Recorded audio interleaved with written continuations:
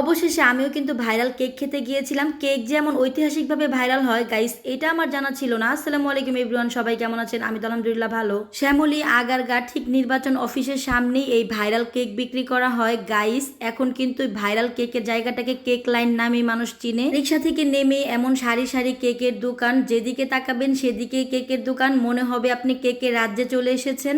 এই ভাইয়াটা কিন্তু নিজের গাড়িতে আজকে প্রথম কেক বিক্রি করার জন্য আসছে। ভাইয়া কিন্তু 12টা কেক নিয়ে আসছিল। ভাইয়ার রেসপন্স অনেক বেশি ভালো ছিল, কারণ কেকগুলা এত বেশি মজা ছিল। লুকিংটা দেখেন গাইস, এত বেশি সুন্দর। আমরা কিন্তু লোভ সামলাতে না পেরে এই ব্লুবেরি কেকটা নিয়ে নিয়েছিলাম। দাম কিন্তু 100 টাকা নিয়ে নিয়েছিল গাইস। কি বলবো, আমার কাছে বেস্ট লেগেছে, এত বেশি মজা। কেকগুলো এত বেশি মজা ছিল, কিছুক্ষণের মধ্যেই কিন্তু 12টা কেক শেষ হয়ে গিয়েছিল। যে একবার খেয়েছে সে কিন্তু আবারও নিয়ে নিয়েছে।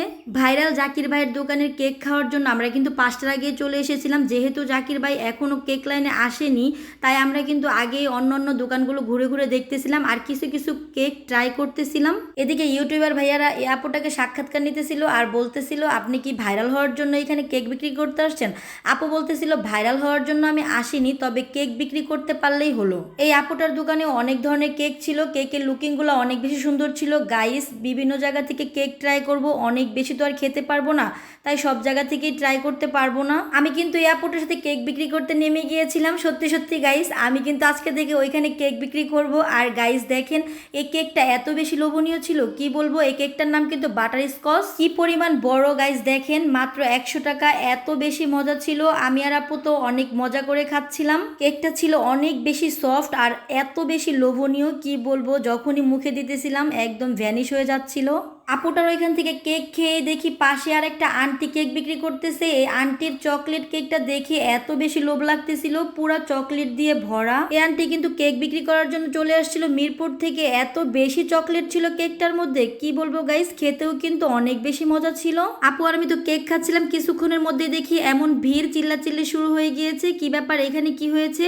যে দেখি জাকির ভাই চলে এসেছে তার কেক নিয়ে। ভাইরাল জাকির ভাইয়ের কাছ থেকে কেক খেতে গেলে কিন্তু আপনাকে প্রথমে টিকিট কাটতে হবে গাইস। আমিও কিন্তু টিকিট কাটতে দাঁড়িয়ে গিয়েছিলাম। এত লাথি গুতা খেয়েছে কি আর বলবো। ভাইরাল কেক বলে কথা, কেক তো খেতেই হবে গাইস। আপনারা আমার মতো কিন্তু অনেকেই অনেক দূর দূর থেকে এই কেক খেতে চলে আসছে। বাংলাদেশের বিভিন্ন প্রান্ত থেকে কিন্তু কেক খাওয়ার জন্য চলে আসে জাকির ভাইয়ের কাছে গাইস। আপনি নিজের চোখে না দেখলে বুঝতে পারবেন না কি পরিমাণ রাশ থাকে। অবশেষে আমরা কিন্তু অরেঞ্জ ফ্লেভারের কেকটা জাকির ভাইয়ের কাছ থেকে নিয়ে নিয়েছিলাম। কেকটা কিন্তু অনেক বেশি মজা ছিল, সত্যি কথা বলতে গাইস, অনেক অনেক বেশি মজা ছিল। আমি জাকির ভাইয়ের এখানে এসে বুঝতে পেরেছি আসলে জাকির ভাই যে ভাইরাল হয়েছে। সত্যি কথা বলতে জাকির ভাই খুবই ধৈর্যশীল একটা মানুষ। সে কি পরিমাণ বিজি, এত এত রাশ থাকার ভিতরেও কিন্তু সবার সাথেই কথা বলতেছিল, হাসি মুখে সবার প্রশ্নের উত্তর দিতেছিল। আমার পক্ষ থেকে জাকির ভাইয়ের জন্য রইল বেস্ট অফ লাক। জাকির ভাই সামনে আরো বেশি ভালো করুক, দোয়া রইল। কেকগুলো এত বেশি মজা, আমি কিন্তু আবারও যাব এখানে কেক খেতে।